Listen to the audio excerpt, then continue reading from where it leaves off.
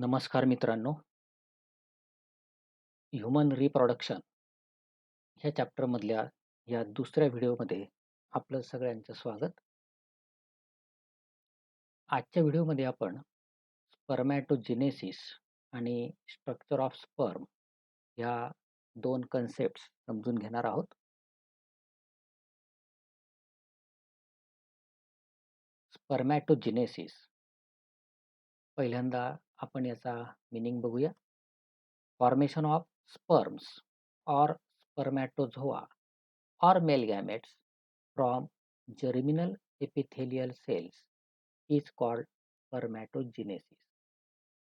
Definition आपल्याला कोणी विचारत नाही, कोणत्याही एक्झाममध्ये विचारले जात नाही, मात्र मीनिंग आपल्याला याचा माहीत असला पाहिजे.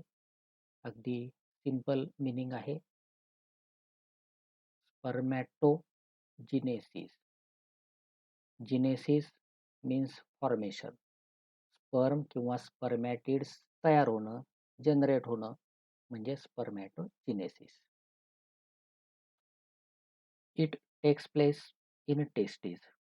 हे टेस्टीजमध्ये होतं, अर्थात मेल्समध्ये होतं, कारण टेस्टीज ह्या मेल गोनॅड्स आहेत.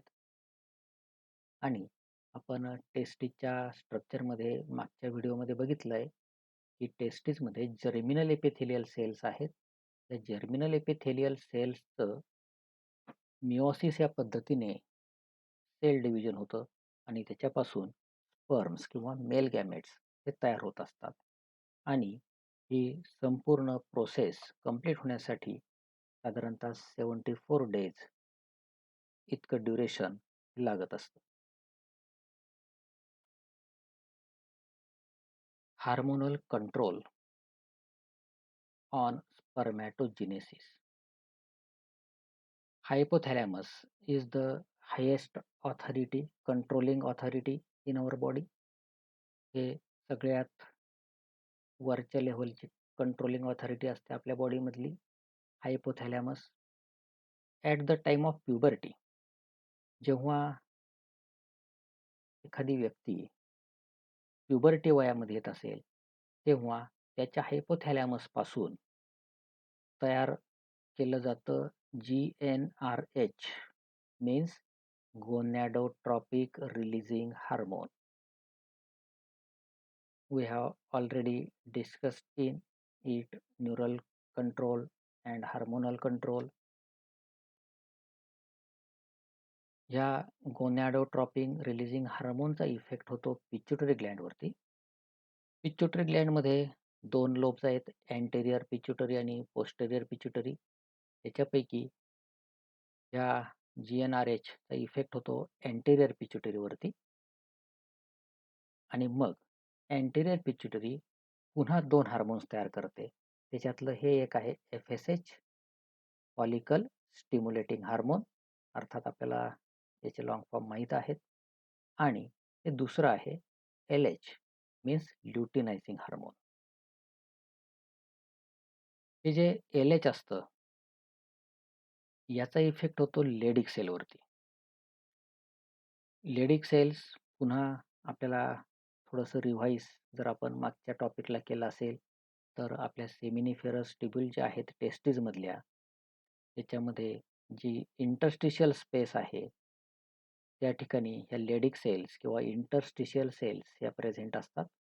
आणि त्या सेल्सवरती ह्या हार्मोनचा इफेक्ट होतो.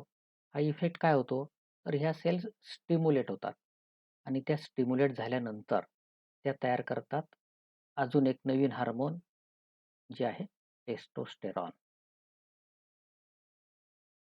आता हे जे दुसरं हार्मोन आहे FSH, याचा इफेक्ट होतो जर्मिनल एपिथेलियम आणि सर्टोली सेल्सवरती. आणि परिणामी ह्या जर्मिनल एपिथेलियम यांचं मिओसिस पद्धतीने डिव्हिजन होतं, म्हणजेच याला आपण म्हणत आहोत स्पर्मॅटोजेनेसिस. हे स्पर्मॅटोजेनेसिस होण्यासाठी जसं FSH आवश्यक होतं त्याच पद्धतीने बघा ह्या ठिकाणी हे आपण याच्या अगोदर हार्मोन जे बघितलं टेस्टोस्टेरॉन, या टेस्टोस्टेरॉनची पण मदत लागणार आहे स्पर्मॅटोजेनेसिससाठी. आणि FSHची पण मदत लागणार आहे स्पर्मॅटोजेनेसिससाठी. मग जेव्हा पुरेशा प्रमाणात हे टेस्टोस्टेरॉन तयार होतंय, त्याच्यानंतर निगेटिव्ह फीडबॅक थोडंसं याच्याबद्दलही सांगतो. जेव्हा पुरेशा प्रमाणात टेस्टोस्टेरॉन तयार झालंय, आता पुन्हा त्याला नवीन जास्त प्रमाणात सिक्रीट करण्याची गरज नाही. तर अशा वेळेस काय होणार, की निगेटिव्ह फीडबॅकने त्याचं प्रोडक्शन कमी केलं जाणार. परिणामी GnRHचं पण प्रोडक्शन कमी केलं जाणार हायपोथॅलॅमस मार्फत. तसंच या ठिकाणी बघा, सर्टोली सेल्स किंवा जर्मिनल एपिथेलियल सेल जे आहेत, जेव्हा स्पर्मॅटोजेनेसिसची प्रोसेस ही योग्य पद्धतीने होते आहे, योग्य संख्येने स्पर्म्स तयार झालेले आहेत, अशा वेळेस अजून जास्त स्पर्म्स तयार करण्याची आवश्यकता नाही.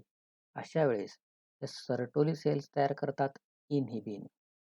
इनहिबिन याचं नावच इनहिबिन आहे, means it inhibits or stops some process. एखादी प्रोसेसला स्टॉप करण्याचं काम हे हार्मोन करतंय, म्हणून याला इनहिबिन असं म्हटलं जातं. आणि याचा पुन्हा निगेटिव्ह फीडबॅक इफेक्ट होतो अँटेरियर पिट्युटरीवरती. म्हणजे नंतर काय होणार, मग FSH पुन्हा कमी तयार केलं जाईल, कारण आता स्पर्मॅटोजेनेसिसची आवश्यकता तूर्त नाही.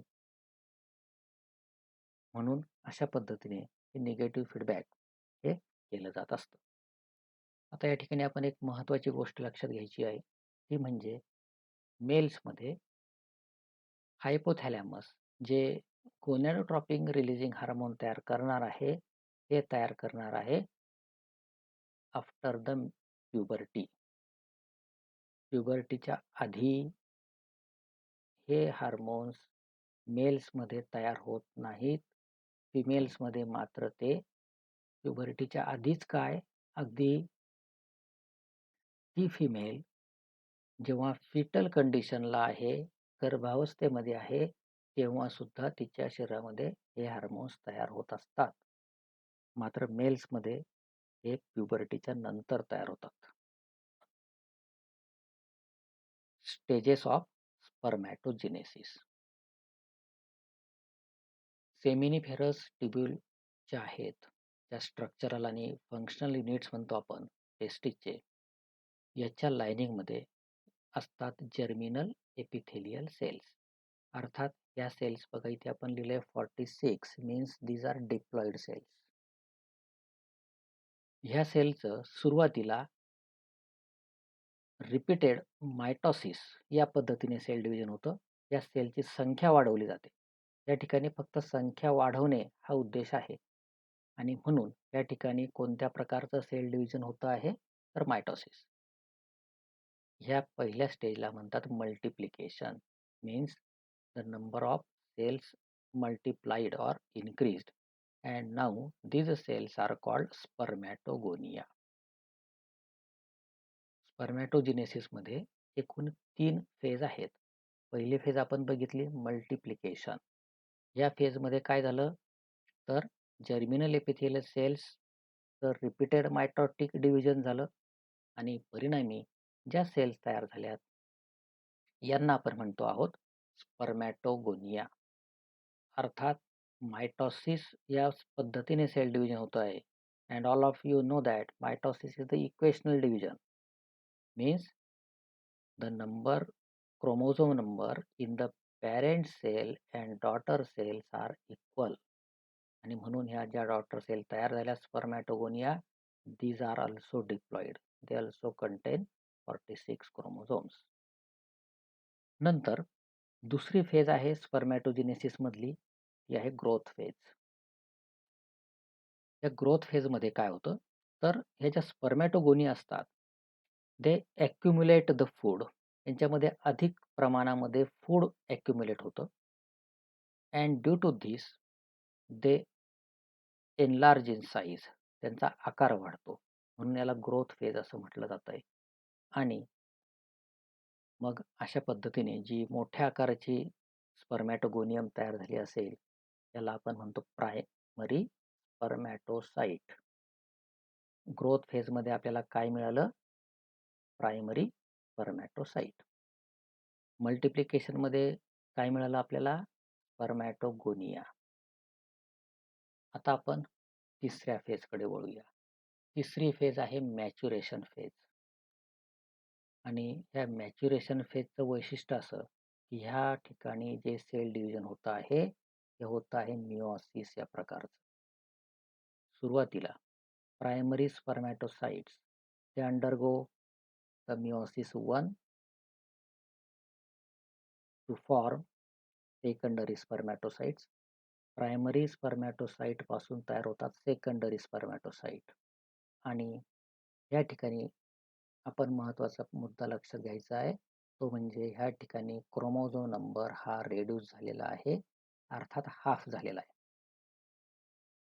MCQ साठी पण आपण हा पॉइंट लक्षात घ्या. Secondary spermatocytes are haploid but primary spermatocytes are diploid. नंतर ह्या सेकंडरी स्पर्मॅटोसाइट्स ते undergo meiosis 2 to form spermatids. Secondary spermatocyte पासून तयार होतात स्पर्मॅटिड्स. आणि आपल्याला माहिती आहे मिओसिस 2 मध्ये क्रोमोझोम नंबरमध्ये काही चेंज होत नाही. जर इथे 23 असेल मिओसिस 1 मध्ये तर मिओसिस 2 मध्ये पण तो 23 असणार. ह्या स्पर्मॅटिड्स जे असतात they are non motile and non functional. यांना अजून आपण स्पर्म म्हणत नाहीये, कारण स्पर्म मध्ये जे पार्ट्स असतात हेड, टेल वगैरे हे कोणतेही ह्या ठिकाणी नाहीत. मग या स्पर्मॅटिड्स मध्ये काही बदल होतात आणि त्याच्यापासून तयार होतात स्पर्मॅटोझोआ. स्पर्मॅटिड पासून स्पर्मॅटोझोआ तयार होणे ह्या प्रोसेसला म्हटलं जातं स्पर्मिओजिनेसिस. ह्या ठिकाणी आपण MCQ साठी कशा पद्धतीने तयारी करणार आहात तर जो सिक्वेन्स आहे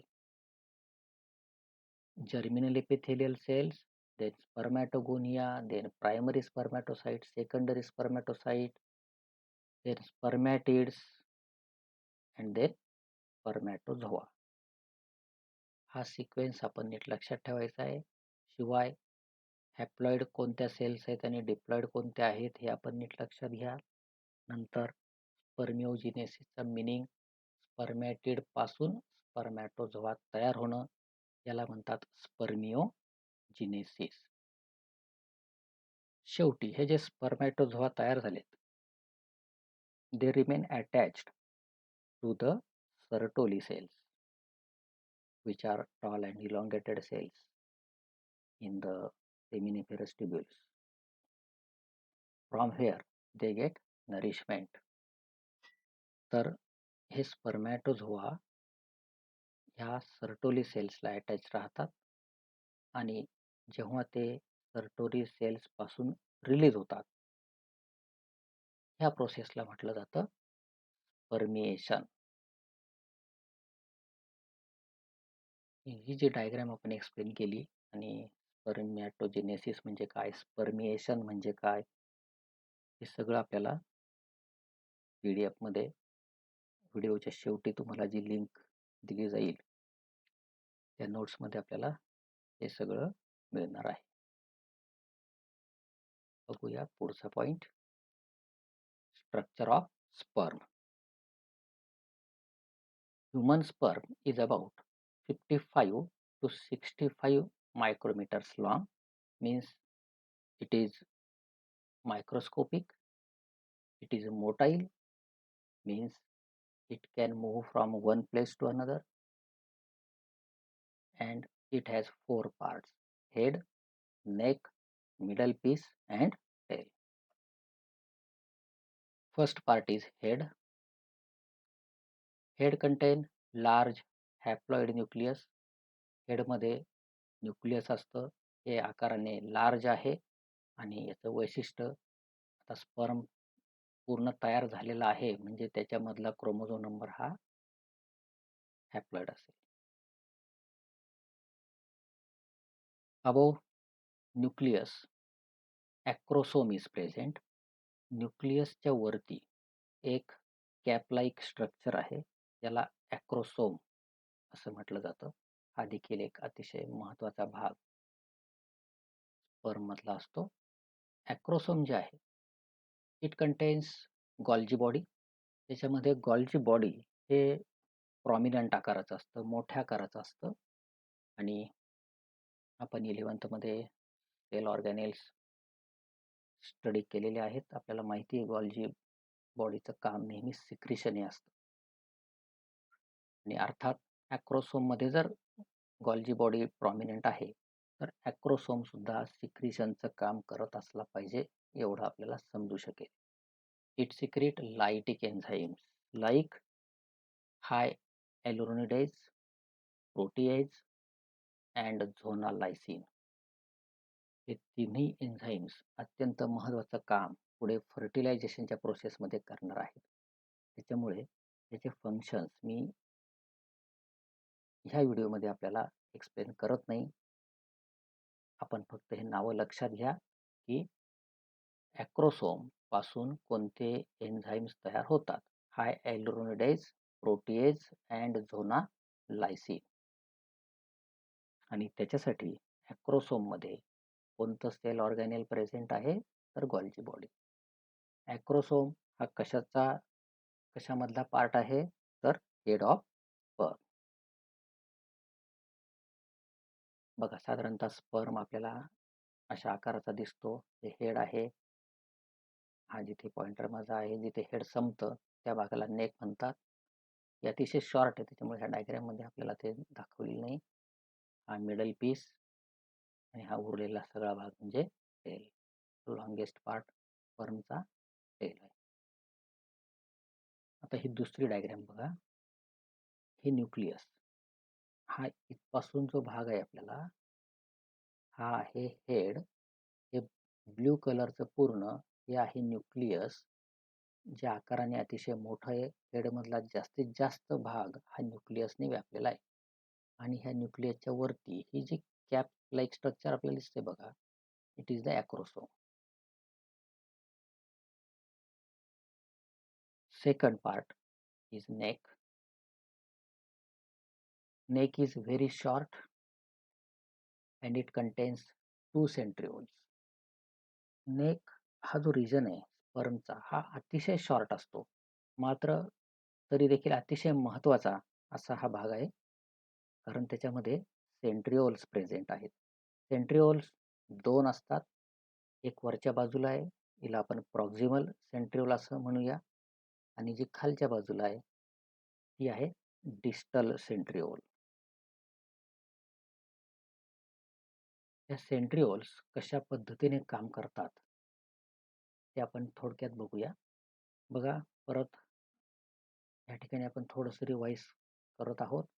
हा ह्युमन स्पर्म, हा त्याचा वरचा भाग, हा हेड. हेडच्या वरती आहे ॲक्रोसोम. ॲक्रोसोमच्या खाली आहे न्यूक्लियस. नंतर हा short region, it is the neck. या नेकमध्ये दोन सेंट्रिओल दिसत आहेत. ते लेबलिंग हे आपण केलं आहे प्रॉक्झिमल सेंट्रिओल आणि डिस्टल सेंट्रिओल. ह्या ज्या दोन सेंट्रिओल्स आहेत, ह्या बाजूच्या डायग्राममध्ये मी त्याला परत एनलार्ज केलं बघा. ही प्रॉक्झिमल सेंट्रिओल अशी आडवी दिसते आपल्याला, आणि ही डिस्टल सेंट्रिओल अशी उभट आकारात दिसते. ही प्रॉक्झिमल सेंट्रिओल जी आहे वरच्या बाजूची, it enters inside the egg during the fertilisation. फर्टिलायझेशनच्या दरम्यान ही प्रॉक्झिमल सेंट्रिओल एगमध्ये प्रवेश करते, कारण एगमध्ये सेंट्रिओल नाही. त्याच्यामुळे फर्टिलायझेशन नंतर जेव्हा झायगोट तयार होईल, ह्या झायगोटचं सेल डिव्हिजन होण्यासाठी सेंट्रिओलची आवश्यकता आहे, आणि ही सेंट्रिओल एगमध्ये प्रवेश करणार आहे फर्टिलायझेशनच्या दरम्यान. आणि ही सेंट्रिओल अर्थात कोणत्या पॅरेंटकडून आलेली आहे, तर मेल पॅरेंटकडून, कारण ती मेल गॅमेटमधून एगमध्ये प्रवेश करणार आहे. आणि ही जी खालची मग डिस्टल सेंट्रिओल, ही डिस्टल सेंट्रिओल बघा, ह्या ठिकाणी हा जो मिडल पीसचा पार्ट आहे, जो आपण पिंक कलरने या ठिकाणी दाखवतोय, याच्या मध्यभागी ही आहे ॲक्सियल फिलामेंट, जी ब्लू कलरने आपण उभी फिलामेंट दाखवली आहे. हे ॲक्सियल फिलामेंट ही कोणापासून अराईज होते? या डिस्टल सेंट्रिओलपासून. तर असं ह्या 2 सेंट्रिओलचं काम आहे. आता आपण नेक्स्ट पार्ट बघणार आहोत. Middle piece. त्याच्यासाठी ही डायग्राम बघा. हा पिंक कलरचा पार्ट आहे मिडल पीस. आणि या मिडल पीसच्या आतमध्ये आहे ॲक्सियल फिलामेंट आणि ॲक्सियल फिलामेंटच्या भोवती काय रॅप झालेलं आहे, काय गुंडाळलं गेलेलं आहे? Mitochondrial sheath. Third part is middle piece. It contains axial filament which is surrounded by spirally arranged mitochondria. आणि अर्थात मायटोकॉन्ड्रियाचंही फंक्शन आपल्याला सगळ्यांना माहिती आहे. Mitochondria they produce the energy. This energy it is required for the movement of sperm. स्पर्मच्या मुवमेंटसाठी जी energy लागणार आहे ती पुरवण्याचं काम ह्या मायटोकॉन्ड्रिया करत असतात. जे मिडल पीस हा देखील एक अतिशय महत्त्वाचा भाग या स्पर्ममधला आपल्याला म्हणता येईल. Then the fourth part is tail. Tail is the longest part of the sperm. Again, it can be divided into two regions. Principal piece and end piece. टेलचे पुन्हा 2 भाग आहेत. वरचा जो भाग असतो याला प्रिन्सिपल पीस म्हणतात. This principal piece it is covered by plasma membrane आणि एंड पीस जे आहे हे नेकेड आहे. It is not covered by the plasma membrane. या प्रिन्सिपल पीसवरती जे प्लाझ्मा मेम्ब्रेन आहे याचं वैशिष्ट्य असं, it has special channels which are the channels for calcium ions. These channels they allow the influx of calcium ions. या channels मधून calcium ions आतमध्ये प्रवेश करतात आणि त्याच्यानंतर मग स्पर्म्स मोटाईल होतात, ॲक्टिवेट होतात. तर असा महत्त्वाचं काम या प्रिन्सिपल पीसचं आहे आणि त्याच्यावरती असलेल्या कॅल्शियम चॅनेल्स आहे.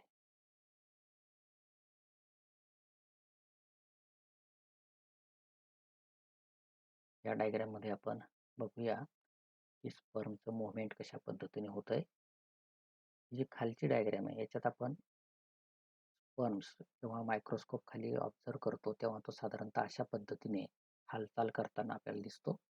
आणि जी वरची डायग्राम आहे GIF आहे याच्यामध्ये स्पर्मचा पाथ आपल्याला दिसतोय.